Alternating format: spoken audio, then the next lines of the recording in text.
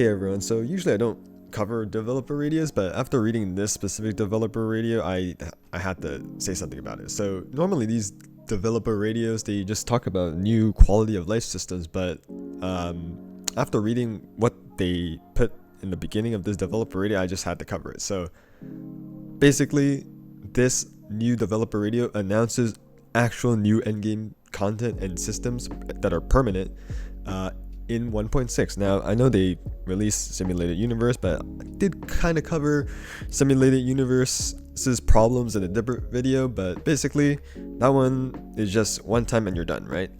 But in this announcement, they're actually announcing extension to Memory of Chaos. So this first section here is them describing that they're adding a new form of Memory of Chaos called Pure Fiction.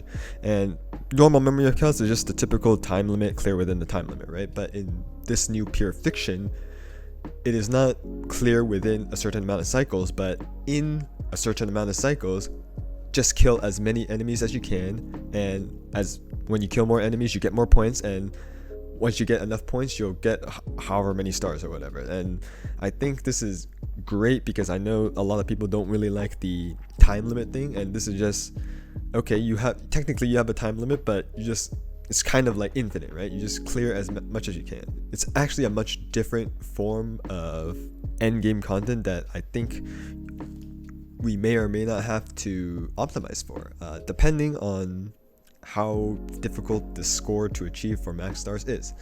And in addition, the next thing that they say is they're releasing floors 11 and 12 for normal Memory of Chaos, which is pretty surprising as well. So obviously stages 11 and 12 are going to be harder stages.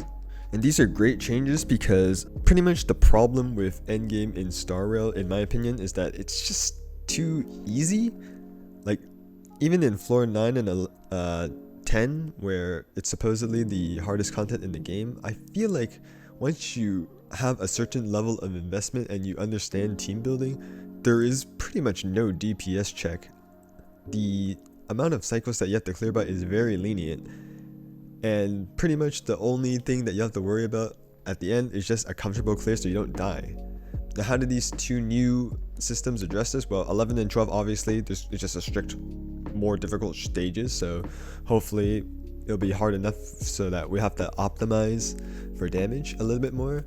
And then for this new Pure Fiction, I think it's just a different style of endgame. Not everything has to be Memory of Chaos, right? Having the goal be kill as many enemies as you can, depending on what enemies they put in this content, I think can shape which characters can be better or not. Who knows, maybe since you have to kill as many enemies as you can, more AoE characters will be needed.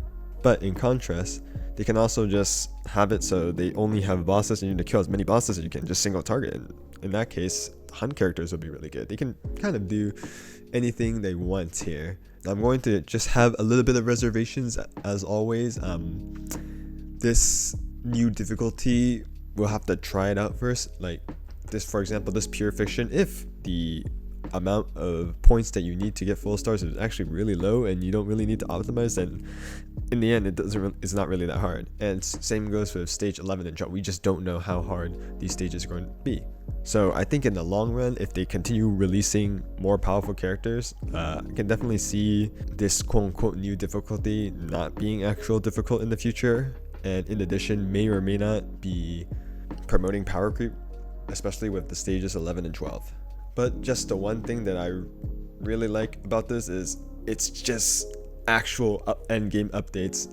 They're actually expanding on the repeatable endgame system of this game, Memory of Chaos, adding new Pure Fiction and actually adding stages 11 and 12.